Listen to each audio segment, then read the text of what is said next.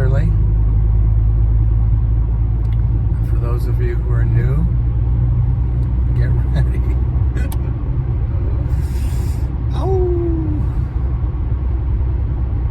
Oh yeah.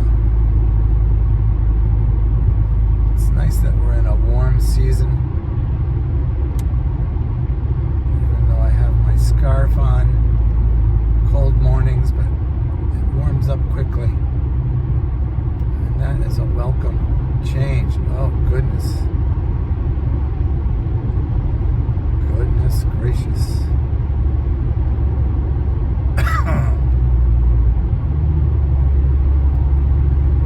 The sweetness of God is ever before us.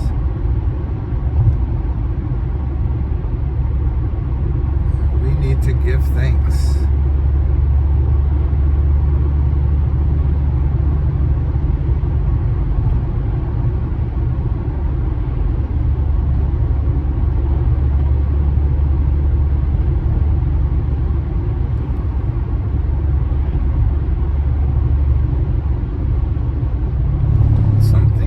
The common theme on this show, which is to be a bright light in darkness, because we're in such a dark period. I mean, you cannot check up on the news and not hear something that is deeply concerning, very dangerous, or just frightening, or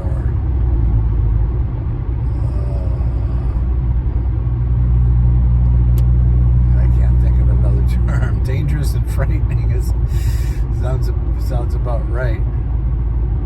And I'm just thankful that we have the presence of God available to us as comfort in these dark times. And so why do I see that as a comfort? Because nothing could be darker than being complete love and life and being rejected and tortured. So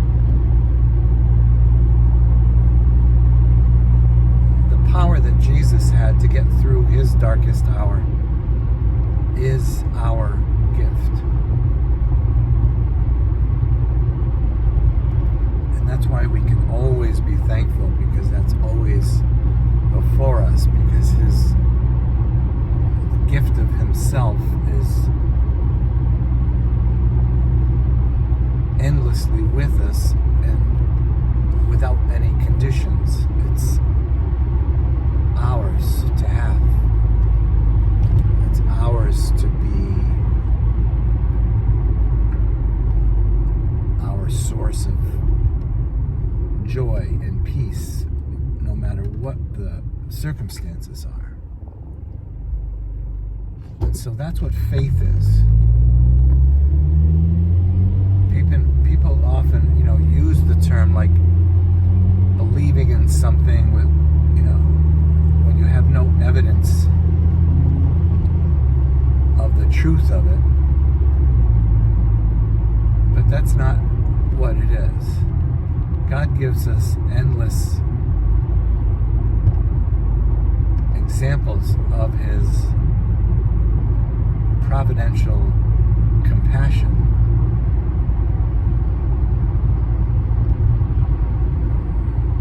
So it's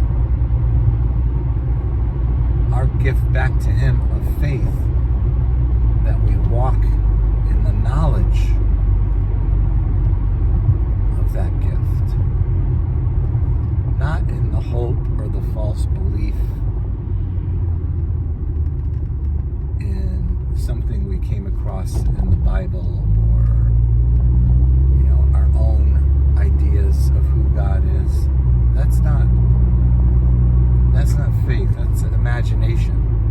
And Paul tells us to cast down imaginations so that we're really acting with that wedded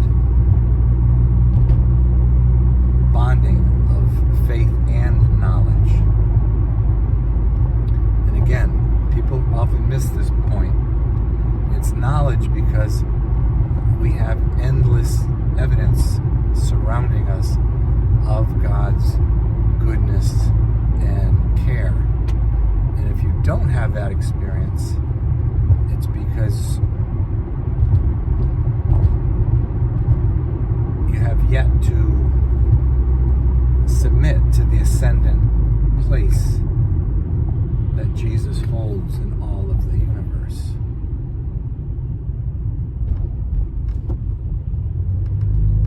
So,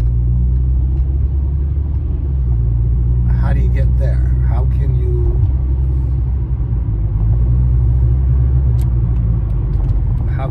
learn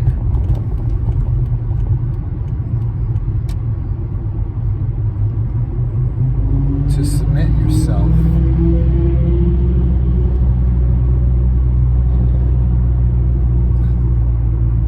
some drivers are just crazy today. How can you submit yourself to the ascendant Jesus if you don't have that experience?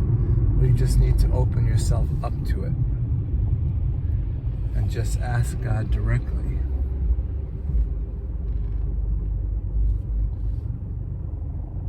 Would you show me what I need to know and feel and see in order for this relationship to be established? And He will do that. Any sincere request from your heart, He will honor. Absolutely. No question.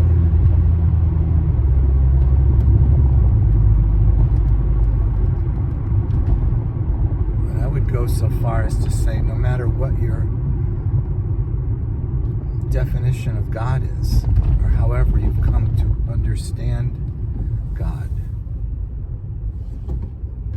if you nurture that relationship with God being complete love and complete ascendance, then He will meet you and He will guide you, and eventually you'll get to the point where you'll see that Jesus is the ultimate door for every gift in heaven to be manifest now. Oh yeah. And because of that, when you start experiencing that oneness, then you're going to be in a position to deal with the level of darkness that is upon practically every aspect of the world right now. And that oneness that you experience, together with all of those all across the earth who are experiencing the same thing, is enough of a spark, is enough of a light to challenge these powers of darkness so that they begin to recede and the kingdom of God is made manifest. So Jesus meant when He said the kingdom of God is within you. The kingdom of God has come. We have everything we need. We just need to walk in it. So yeah, I know I say that practically every time I do these shows, but I just felt the need to spell it all out as clearly as I could for some of you who maybe are still struggling with the message, and also for those of you who are new to the channel. Welcome. You're forever my brothers and sisters in Christ. witness because you help